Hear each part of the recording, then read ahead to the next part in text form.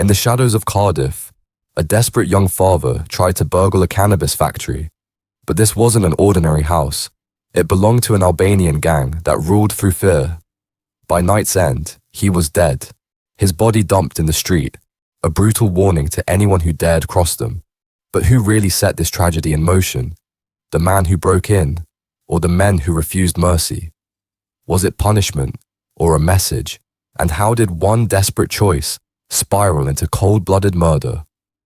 Welcome to Crime Pulse. This is the story of Tomasz Waga, a young father who risked everything for one score and paid with his life. If you're new here, hit subscribe, tap like, and turn on notifications as we expose the dark realities behind Britain's most dangerous underworld stories. In the shadow of Cardiff's rain-slicked streets, 23-year-old Tomasz Waga was chasing a dangerous dream. A young man from London's rough edges, he was no stranger to scraping by. With a newborn son on the way and bills piling up like unpaid debts, the pressure was crushing. Tomasz wasn't a career criminal, just a guy desperate for a break, a welder by trade, out of work, betting on a risky score to secure his family's future. Word on the street pointed him to 319 Newport Road, a nondescript house in Cardiff hiding a fortune. Over £120,000 worth of cannabis plants, tended by an Albanian crime syndicate running a sprawling drug operation. The plan was reckless, almost naive. Hit the house, grab the plants, and cash out before anyone noticed. It was the kind of scheme whispered in dimly lit pubs, born from desperation and half-baked intel.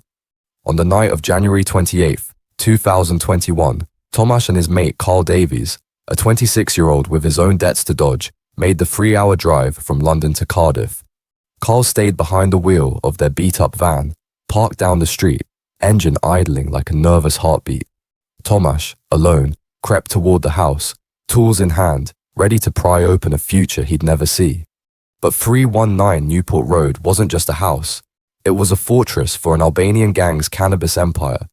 Hundreds of plants under grow lights, a multi-million-pound operation wired with alarms and guarded by men who didn't hesitate to kill. Tomasz didn't know it, but the second he jimmied the lock, he was stepping into a trap.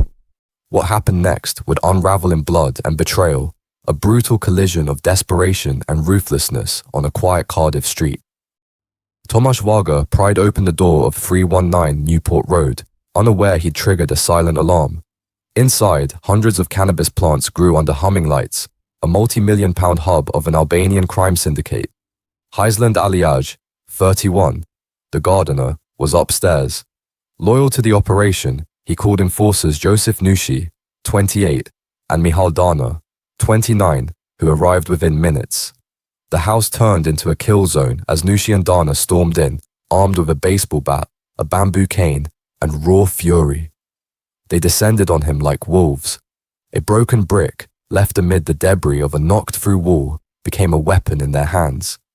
Blows rained down, cracking against Tomasz's skull, shattering his arms, splintering his ribs. They kicked and stomped, boots slamming into his head and chest, each strike fueled by the gang's need to send a message. No one steals from them. In the van outside, Carl Davies, the 26-year-old lookout, heard the commotion. Before he could react, the gang turned on him. A flurry of blows left him bloodied and dazed, but Carl's instincts kicked in. He bolted from the van, staggering into the night, ducking into an alley to escape the gang's wrath. He'd lived to tell the tale, though not without scars, and questions about his role in the burglary would linger, unanswered for now. Tomasz wasn't so lucky. Bleeding and broken, he was dragged out and stuffed into the boot of a black Mercedes. The street fell silent, but the syndicate's work wasn't done. What followed would expose the cold cost of their vengeance.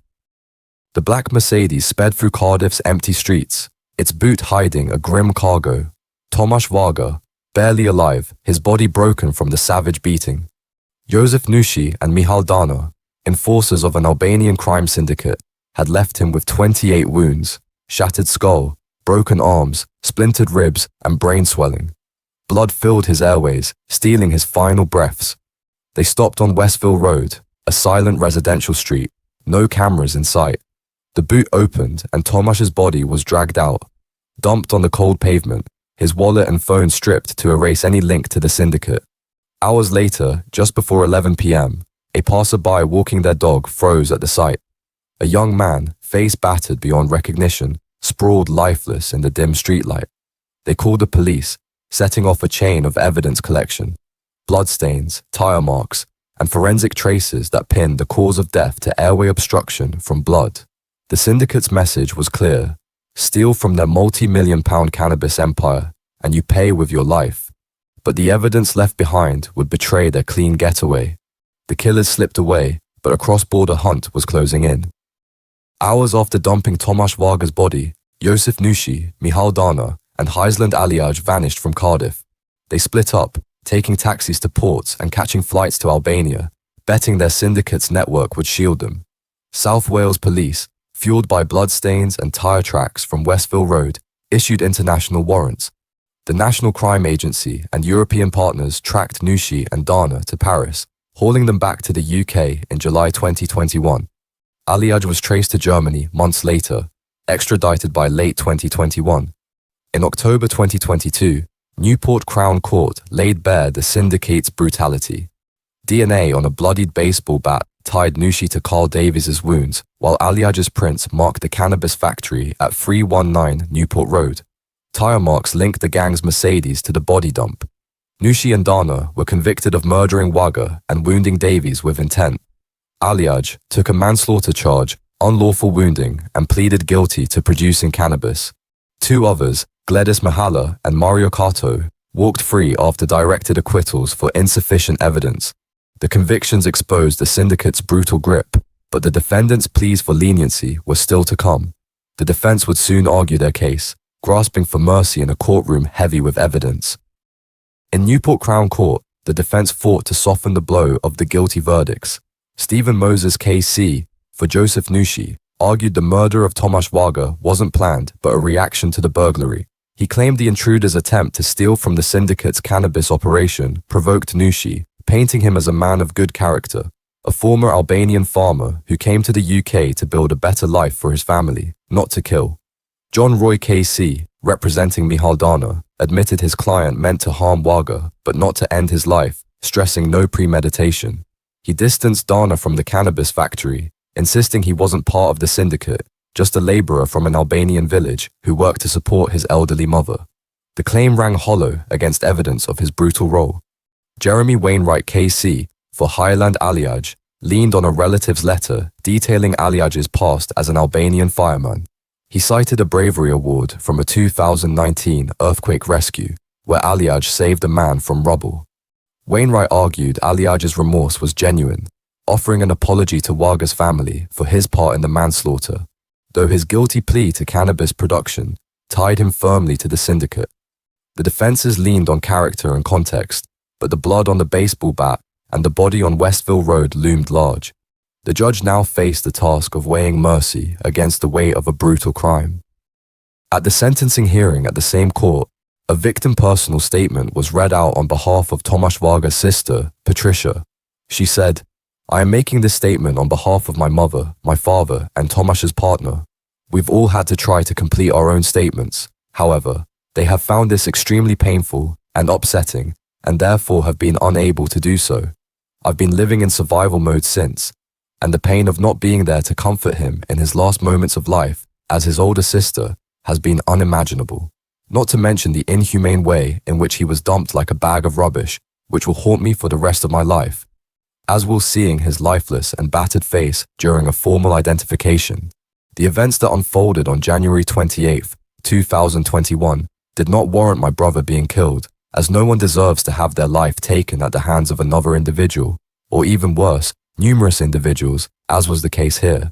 Regardless of the circumstances, there is always a situation that could have been dealt with differently, one that did not need to result in his brutal passing. Tomasz had his entire life ahead of him, including a newborn son who is now fatherless and unable to celebrate Father's Day outside the cemetery grounds, among other things. He was robbed of witnessing his son's countless precious moments and milestones, including taking his first steps and saying, "Dad." It truly breaks my heart seeing him grow up without my brother, and much of my family and I are here to support him every step of the way going forward. We can never replace the bond he would have had with his dad, who I know loved him with all of his heart and wanted the best for him. The statement laid bare a family's anguish, setting the stage for justice. Newport Crown Court fell silent as Mr. Justice Cotter delivered his ruling. On January 28, 2021, just before 11 p.m., Tomasz Waga's body was dumped from a Mercedes boot onto Westville Road's pavement, he said. As his sister put it, he was discarded like rubbish. Brutally beaten, he suffered fatal injuries. At 23, he leaves behind grieving parents, a sister, a partner, and a newborn son who will never know his father. Their pain is a life sentence. The evidence, DNA, tire tracks, and a bloodied bat, overwhelmed the defense's pleas. Joseph Nushi got life imprisonment with a minimum of 20 years for Waga's murder and wounding Carl Davies. Michal Dana received life with a 16-year minimum for the same charges. Heisland Aliaj, convicted of manslaughter, unlawful wounding, and cannabis production, was sentenced to 10 years to serve 2/3 before parole eligibility. But the story didn't end in the courtroom.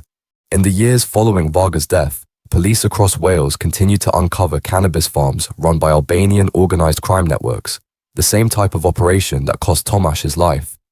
In October 2022, 2 burglars were jailed for life after killing 21-year-old Albanian national Renato Gaci during a raid on a cannabis house in West London.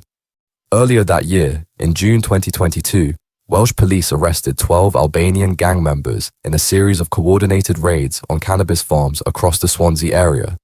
In May 2022, the National Crime Agency swooped on the coastal town of Prestatyn, arresting 2 men linked to a trafficking network that moved labourers from Albania to work in cannabis farms across Wales and northern England.